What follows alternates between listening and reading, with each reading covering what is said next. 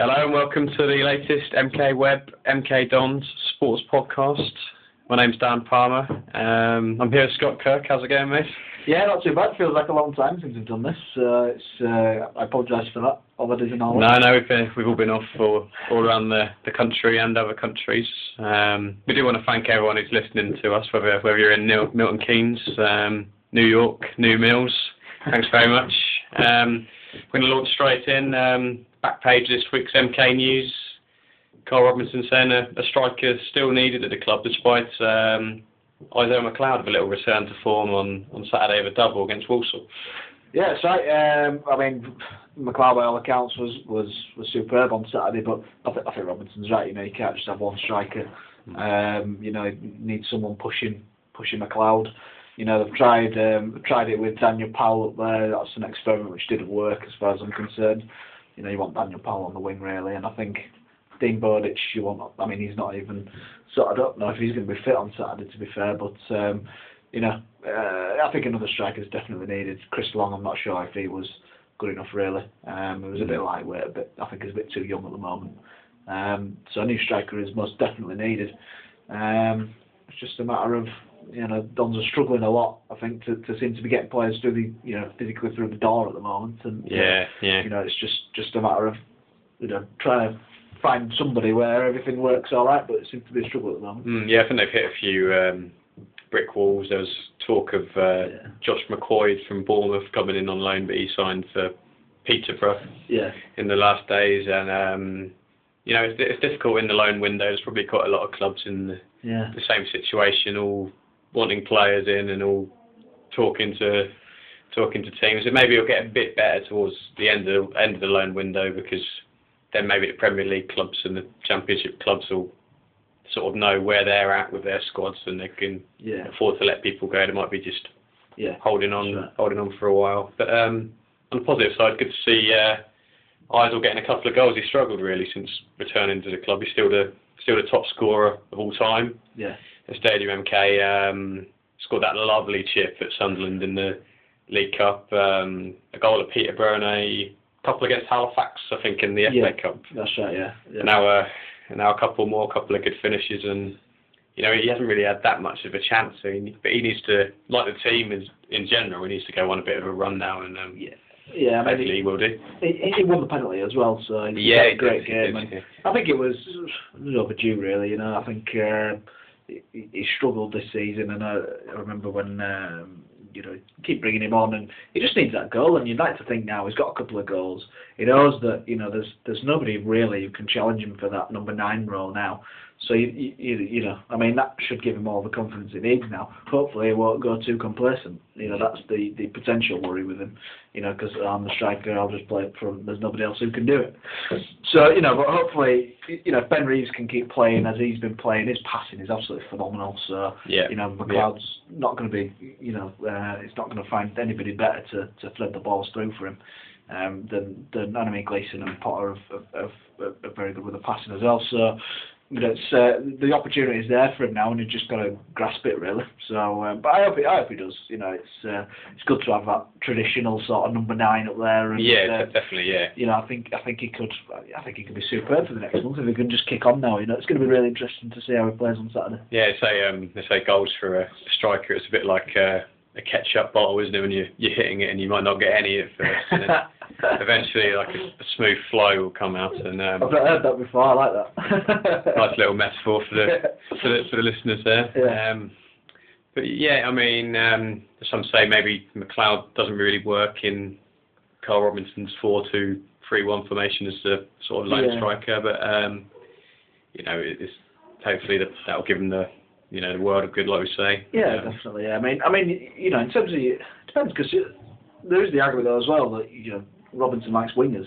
Yeah. You know, and for those wingers to cross in, you need somebody who can head a ball as well. You know, and he's not the smallest lad in the world. Let's just say that, he's on McLeod. So, you know, I think any striker could play in that system really. It's just up to him now to take his opportunity really. If he takes his opportunity, then, you know, than hopefully the goals will flow from. I hope he does well. All the fans want him to do well. I mean, they've been chanting his name throughout the season. Yeah. You know, they want him. They're dying for him to do well. Want to see the McLeod of old. Yeah, they do. And I mean, stroking him into the net. Yeah, definitely. You know, and everybody wants to see that. So hopefully now we can just try and build on that, and that'll be fantastic. Yeah. Also on the back page this week, interesting news of Carl Robinson heading over to continental Europe and the Netherlands to have a look at a few players. He's been meeting with Ajax. That's right. Yeah. Officials at Ajax trying to get some links.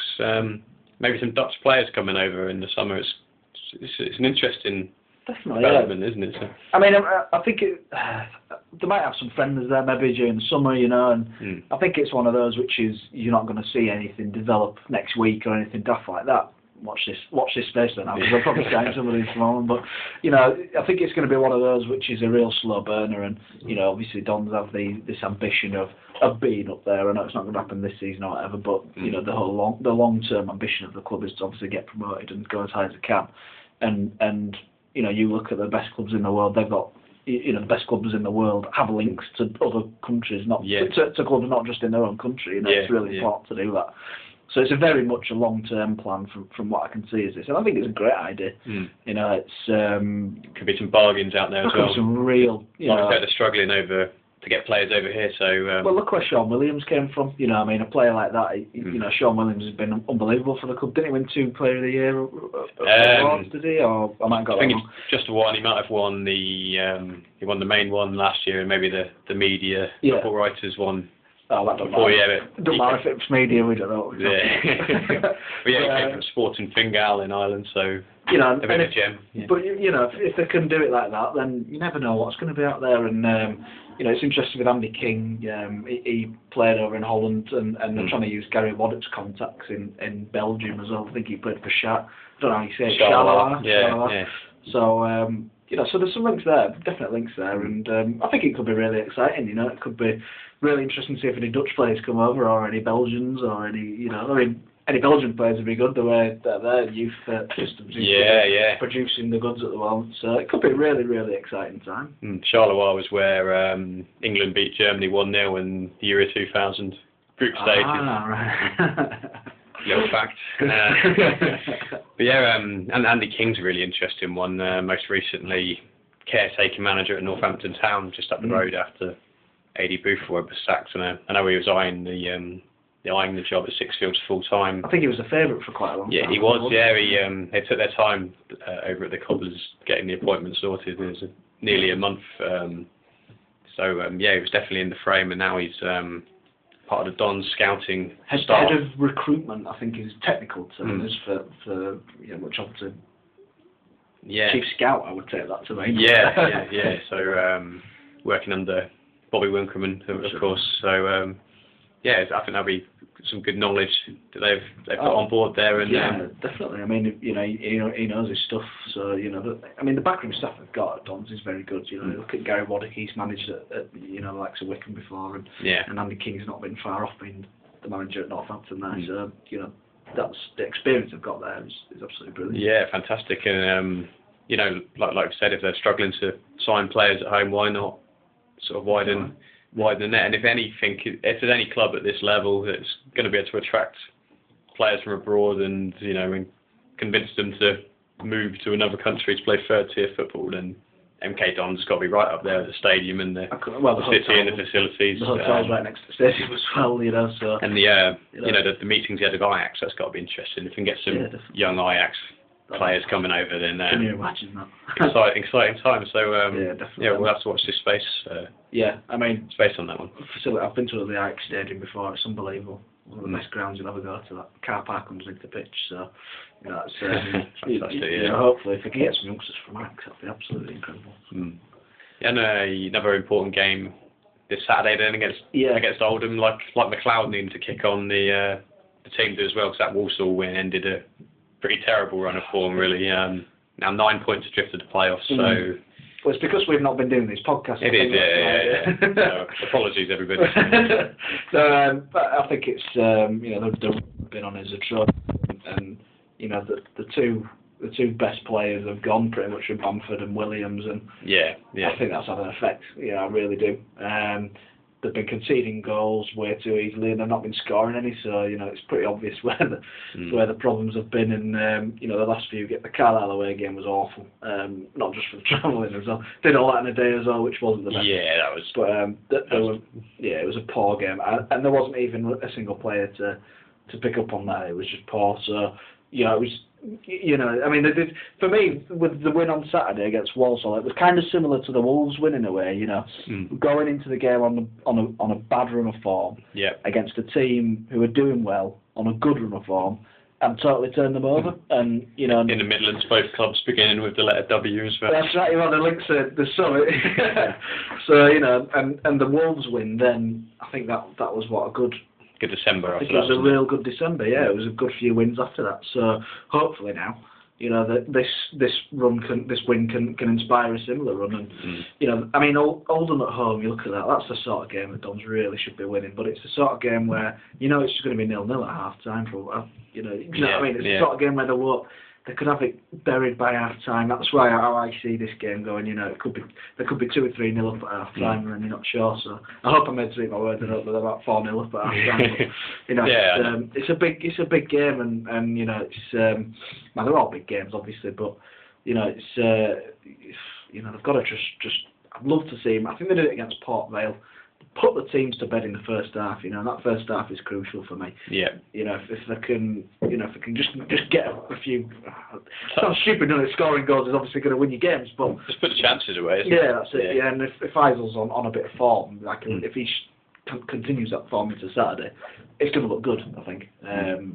Especially with Reeves playing as he is as well. So it's going to be interesting to see which way it goes on Saturday. Yeah. And then there's Preston on Tuesday, which is a huge game for Preston. So but Dons will get up for that because they're playing a big team. So I think Dons are more likely to win against Preston than against Oldham in a kind of way. Yeah, they seem to perform better maybe against they seem to get up the better clubs. When the chips are down, or when they're playing a big club, or when they're maybe just not quite on that form, they turn it round. Whereas. I mean, you look at the Tranmere game at home. I mean, how they lost that, I do not know. Yeah. It's that sort of result which can be really disappointing, and then because they can be so good, as we've seen on Saturday. But it's been suggested that when they play the so-called better clubs, who will come and have a go a bit more space on the pitch for the passing game, when you get teams coming to stadiummk, like the likes of Colchester, Tranmere, parking Jose Mourinho's bus in front of David Martin's goal, and they find that difficult to. I can see it being a point against Oldham and a win against Preston. I just think it might go that way. I think that's just the nature of how the Dons are playing this season. They're doing well again. All right, they lost away at Leyton Orient and Brentford, but they've done very well. They've got a draw at Preston, beaten Walsall, beaten Wolves. They do well against teams above them, beaten Walsall twice, I should say, and beaten Port Vale at home already. So they do well against teams above them, but teams below them, they struggle. From what I've seen. So. So I think 4 points. I think. Are we saying that was that good enough from the two games, or do we need 6? We need 6, no doubt about that. Yeah. If we want any sort of playoff chance. I think 6 is an absolute must. But the thing is that, having said what I just said about Preston, Don's midweek form has been absolutely appalling this season. So it's been dreadful, isn't it? Yeah. So I mean, maybe I could see maybe even I might have to revise that and maybe say 2 points. But 6 points is. I mean, this is the problem though now. It's just catch up. But for me, they can't even think about looking at 6th yet. They've got to get up to 9th first. Yeah. Then they've got to try and get up to 8th past Swindon because there's a gap there. Then I think you can get carried away trying to look forward to the playoffs when they need to get past 9th first, then 7th, and try and do it like that. Well, it's been 2 stop starts, hasn't it? And, we'll have to see if there's some new players around the corner to boost the squad. But I think any team would struggle if you lose players of the calibre of Patrick Bamford, who's now on loan at Derby. Obviously, he scored 4 goals already for them. 4, didn't he? Taken to the higher level like a fish to water. And Sean Williams, who's opted to join Millwall. Don's deciding to let him go for a fee. Yeah. Probably in the region of £250,000. Otherwise, they could have lost him lost him for nothing at the end of the season. So yeah, it's one of those really, because Millwall are struggling out this, so it's you kind of do wonder. I mean, I know he's playing at the Championship level now, but they could well be in League One next season. So it's an interesting move. It's definitely the sort of club Dons will be targeting to be at least at the same level as. Not too far in the future, and eventually, with the greatest respect to Mill, will eventually get above them. Of course. So some would see Mill as a bit of a sideways move. I know they're in the higher level at the moment, but they are struggling. So it's I'm bound to say that obviously, because of course, because I want to see him at Dons, but but he's moved there, and he moved on. John Spencer's come in, and I like Jordan Spencer as a defender. Well, he was here in December, wasn't he, with the clean sheets and the victories were coming. So if he can, show that, he seems quite assured of himself. He's very confident in his own ability, and I think you need that at the back. You want somebody like that, and I think he could be. I think him and Anthony Kerr is a very, very good centre-back partnership with David Martin behind them. So, it's I think that bodes well. They've obviously kept a clean sheet. Yeah. And was it Jordan's second game? I remember if he played against Carlisle. I'm not sure. Second or third game, Tom Flanagan played centre back against Carlisle, so it'll be his second game, I think. I think that's right. Do we need another centre back? Do you think? Because if Kay or Spence go out, Flanagan's struggled this season. Psychologically, there's been some incidents, sendings off, penalties being conceded. He did okay against Carlisle, but there's still. I mean, you say that, and they still conceded 3 goals, so he can't do that okay. So you wonder about his future really at the club, which is a shame because he's a Don's product, and you'd like to see him do well. But I'm just not sure. So I definitely think another centre back's needed. Or sort of a left back, and Dean Lewington can cover there potentially. But I think a centre back really. We do have one new player recently, Ryan Hall. Yes. Former Leeds United. He didn't cover himself with glory at Leeds. No. It's an interesting one. I think it's a redemption sort of move for the player personally. If he can, I think from what I'm told, it's very much a case of, you better behave, otherwise you're out there, sort of thing. And he's got to get his head. If he gets his head down, he could be a very, very good player. Well, getting a move from Southend, was it to Leeds United? He must have, he's impressed, isn't he? So I mean, Leeds wouldn't have signed him if he wasn't up to much. So I think at this level he has the potential to be an absolutely superb player. It's up to him now to just get his head down, not put any stupid things on Twitter, and and just the opportunity is there for him. I mean, in terms of League One, you could be at many better clubs, I don't think. And he's got a massive opportunity there, so he's got to make sure that he takes it. But could be very exciting. But he still needs to get back into match fitness. He's not at the club for a few months. So he's going to be a little way away, isn't he? He's been training with Blackpool, but training's not the same as obviously game time. No. I think he came on against Walsall, but I'm really intrigued to see how he plays on Saturday. I think he could be a very, very good player. I think he seems like he knows Jason Punchin as well. Jason Punchin's his cousin apparently, so he told him. Jason Punchin told him to get it, and hopefully didn't tell him about how to take penalties after that effort for Crystal Palace the other day. It's. I just hope he does. Best luck to Ryan, and Dons could really benefit if they could get up to scratch. Yep, definitely want to keep an eye on. I think that'll wrap it up for this week. Enjoy the Oldham and the Preston games if you're heading along, and we'll see you again soon. Cheers now, bye.